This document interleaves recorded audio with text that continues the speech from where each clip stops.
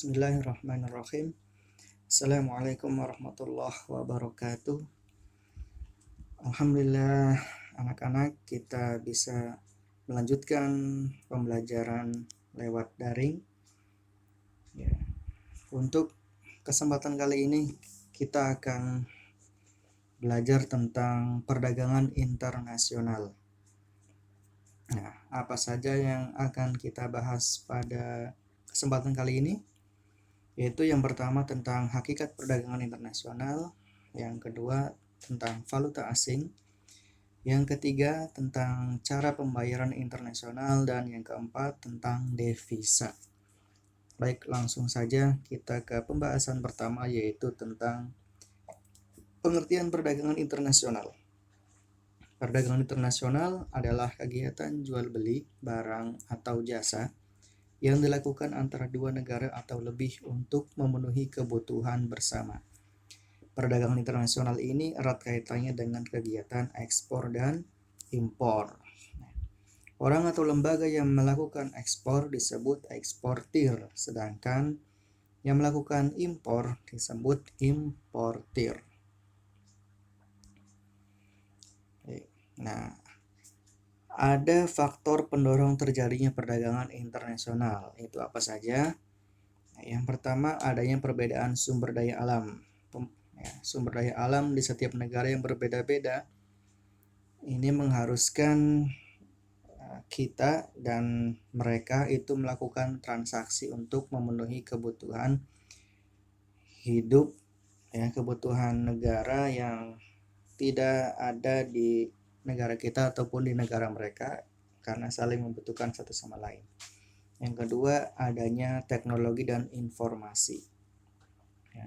Teknologi dan informasi ini mendorong negara satu dengan yang lainnya melakukan komunikasi sehingga terjadinya perdagangan internasional. Yang ketiga, adanya alat transportasi. Ini jelas untuk memindahkan barang atau jasa dari suatu negara ke negara yang lainnya sebagai alat untuk mencapai negara yang satu dengan yang lain. Kemudian yang keempat, yang mendorong terjadinya perdagangan internasional yaitu selera masyarakat. Nah, selera masyarakat ini ada yang suka dengan produk luar negeri atau negara tertentu, baik itu di soal fashion, tentang otomotif ataupun yang lainnya. Itu akan mendorong terjadinya perdagangan internasional. Yang kelima yaitu adanya hubungan politik. Tentu hubungan politik ini mengharuskan biasanya antara negara satu dengan yang lainnya itu melakukan hubungan timbal balik, salah satunya dengan cara perdagangan. Manfaat perdagangan internasional. Yang pertama yaitu dapat memenuhi kebutuhan dalam negeri. Yang kedua, memperoleh devisa. Yang ketiga, memperluas pasar. Yang keempat, meningkatkan kualitas produksi. Yang kelima, menciptakan spesialisasi produksi. Yang keenam, memperluas lapangan kerja. Dan yang ketujuh, alih teknologi. Alih teknologi itu dari negara satu ke negara yang lainnya itu bisa merasakan, seperti contohnya negara Indonesia yang belum bisa membuat mesin, kemudian kita bisa belajar ke negara Jepang, itu yang dinamakan alih teknologi. Kemudian kebijakan perdagangan internasional. Dalam perdagangan internasional itu sangat beda sekali dengan perdagangan regional, karena ada beberapa perbedaan antara negara satu dengan negara yang lainnya. Itu yang dimaksud dengan kebijakan perdagangan internasional yang dilakukan pemerintah pada umumnya memiliki tujuan sebagai berikut. Yang pertama, melindungi kepentingan ekonomi nasional dari pengaruh negatif perdagangan internasional. Yang kedua, melindungi kelangsungan hidup perusahaan dan industri dalam negeri. Yang ketiga, menjamin ketersediaan lapangan kerja di dalam negeri. Yang keempat, menjaga tingkat pertumbuhan ekonomi yang tinggi dan stabil. Yang kelima, menjaga stabilitas nilai tukar rupiah dan kurs valuta pada umumnya. Yang keenam, menjaga keseimbangan dan stabilitas neraca pembayaran.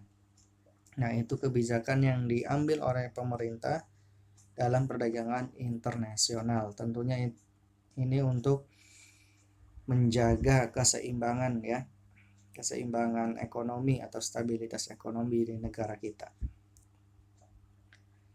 Nah, dalam kebijakan perdagangan nasional itu juga bisa dibedakan menjadi ada kebijakan ekspor. Kebijakan ekspor ditempuh oleh pemerintah untuk mendorong dan membantu produsen dalam negeri melakukan kegiatan ekspor. Di antaranya yaitu yang pertama pembebasan, keringanan atau pengembalian pajak untuk jenis-jenis barang tertentu. Yang kedua, pemberian fasilitas kredit perbankan yang lunak. Ya, perbankan yang lunak yakni maksudnya bunga yang rendah dan jangka waktu yang bisa lebih panjang. Jangka waktu pembayaran. Yang ketiga, penetapan prosedur ekspor yang relatif mudah. Yang keempat, pemberian subsidi ekspor. Yang kelima, pembentukan asosiasi eksportir. Yang keenam, larangan atau pembatasan ekspor bahan mentah. Yang ketujuh, promosi produk ke luar negeri. Nah, kebijakan ekspor itu berarti untuk mendorong ya, produsen dalam negeri untuk melakukan kegiatan ekspor sebesar-besarnya ke luar negeri. Nah, sekarang ada kebijakan impor, kebalikannya dari kebijakan ekspor. Kalau impor justru ini membatasi barang luar negeri masuk ke Indonesia. Ya, kebijakan impor dilakukan oleh pemerintah untuk membatasi dan menghemat pengeluaran devisa serta melindungi produsen dalam negeri. Kebijakan impor sendiri itu dibedakan menjadi dua, yaitu kebijakan impor yang bersifat tarif dan kebijakan impor non-tarif. Kita akan bahas tentang kebijakan tarif ya. Kebijakan impor tarif itu juga dibedakan menjadi tiga. Yang pertama ada tarif rendah, itu berkisar 0% sampai 5% dari harga barang tersebut, dikenakan biaya ya tambahan untuk barang kebutuhan pokok seperti dan juga mesin produksi vital dan peralatan militer. Itu yang kena pajak atau kebijakan tarif rendah. Yang kedua, tarif sedang 6% sampai 20% dari harga barang. Dikenakan untuk barang setengah jadi yang akan digunakan untuk bahan produksi dalam negeri seperti bahan produksi otomotif, bahan baku plastik, dan lain sebagainya. Kemudian yang ketiga, kebijakan tarif impor dengan tarif tinggi, yaitu di atas 20% atau lebih dari 20% dari harga barangnya. Biasanya kebijakan tarif tinggi itu dikenakan untuk barang-barang mewah. Ya, seperti mobil mewah, motor gede, dan lain sebagainya. Nah, yang kedua tentang kebijakan non-tarif. Ya, non-tarif berarti ini tidak menunjuk pada tarif, namun ya, pada penetapan prosedur impor seperti peraturan teknis, karantina, dan perizinan. Yang kedua, tes standar kualitas untuk barang-barang tertentu yang tidak memenuhi standar kualitas tidak bisa diimpor. Kemudian yang ketiga, pembatasan kuota atau jatah impor seperti kuota beras yang sudah ditentukan dan tidak boleh dilampaui. Yang keempat, embargo terhadap produk tertentu seperti minum-minuman keras dan obat terlarang. Nah, itu dilarang sebetulnya ya, embargo. Kemudian yang kelima, kebijakan non-tarif yaitu larangan impor secara mutlak.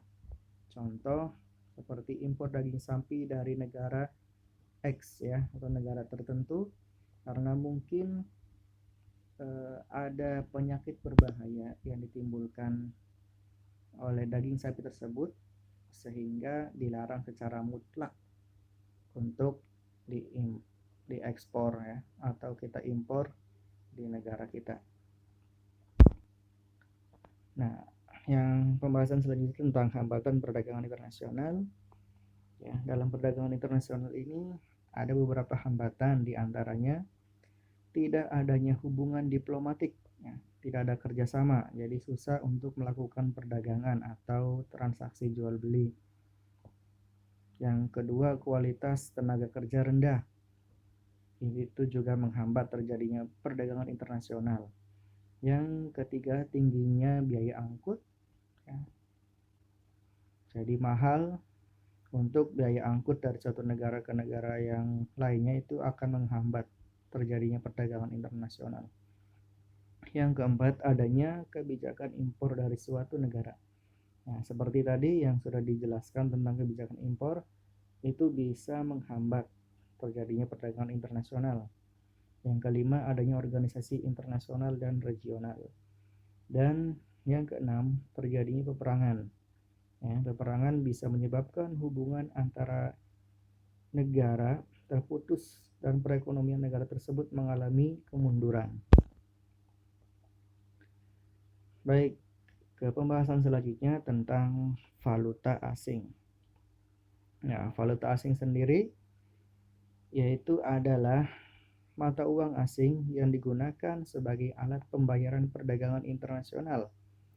Nah, terdapat valuta asing fisik dan valuta asing non-fisik. Nah, valuta asing fisik itu ialah valuta asing yang sebenarnya. Sedangkan valuta asing non-fisik, ya, ini dalam bentuk surat-surat berharga atau uang giral, seperti wesel dan cek. Baik, ke pembahasan selanjutnya yaitu tentang pembayaran internasional. Yang berbeda dengan perdagangan di dalam negeri atau regional, pembayaran internasional itu juga memiliki ciri khusus tentang pembayarannya. Ya, ada sedikit perbedaan. Ya, yang pertama, macam-macam pembayarannya itu dengan cara pembayaran di muka. Pembayaran di muka itu adalah cara pembayaran internasional yang dilakukan pembeli atau importir kepada penjual atau eksportir sebelum barang dikapalkan. Jadi bayar dulu, barangnya belum dikirimkan tapi sudah bayar di muka, ya. Kemudian yang kedua, pembayaran dengan rekening terbuka, yaitu pembayaran yang dilakukan importir kepada eksportir setelah barang diterima. Nah, ini kebalikan dari yang pembayaran di muka, ya, setelah barang diterima baru dibayarkan.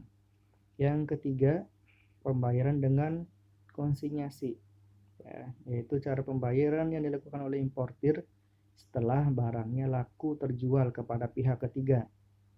Jadi setelah barangnya laku terjual baru dibayarkan, ya, hasil dari penjualan barang tersebut untuk dibayarkan kepada pelaku eksportirnya. Yang keempat, pembayaran dengan kompensasi pribadi. Nah, dengan cara ini pembayarannya yaitu dengan menukar hutang piutang antara eksportir dan importir di negara yang sama. Ya, pembahasannya nanti akan lebih detail lagi di pembahasan selanjutnya. Kemudian yang kelima, pembayaran dengan surat wesel, ya, surat perintah kepada bank untuk membayarkan kepada pihak yang ditunjuk. Itu namanya surat wesel, perintah kepada bank untuk mengeluarkan uang, ya. Kemudian yang keenam, pembayaran dengan letter of credit. Letter of credit itu yaitu surat tertulis dari bank atas kesanggupannya membayarkan kepada eksportir. Selanjutnya tentang devisa. Nah, apa itu devisa? Devisa yaitu semua barang yang dapat digunakan sebagai alat pembayaran internasional seperti emas, perak, valuta asing, dan wesel. Devisa sendiri dibagi menjadi dua, yaitu ada devisa umum dan devisa kredit. Devisa umum Ialah ya devisa yang diperoleh dari kegiatan perdagangan internasional dan tidak ada kewajiban untuk mengembalikan. Sedangkan devisa kredit yaitu devisa yang diperoleh dari pinjaman atau bantuan dan ada kewajiban untuk mengembalikan. Ya, devisa ini untuk apa saja? Fungsi devisa yang pertama yaitu sebagai alat untuk membiayai perdagangan luar negeri yang berupa impor barang dan jasa. Yang kedua, sebagai alat untuk membayar pokok hutang, cicilan hutang, bunga hutang luar negeri. Yang ketiga, sebagai sumber pendapatan negara. Yang keempat, sebagai alat untuk membiayai kegiatan luar negeri, termasuk kegiatan kedutaan besar, kedutaan luar negeri ataupun konsulat. Nah, sumber devisa itu dari mana saja?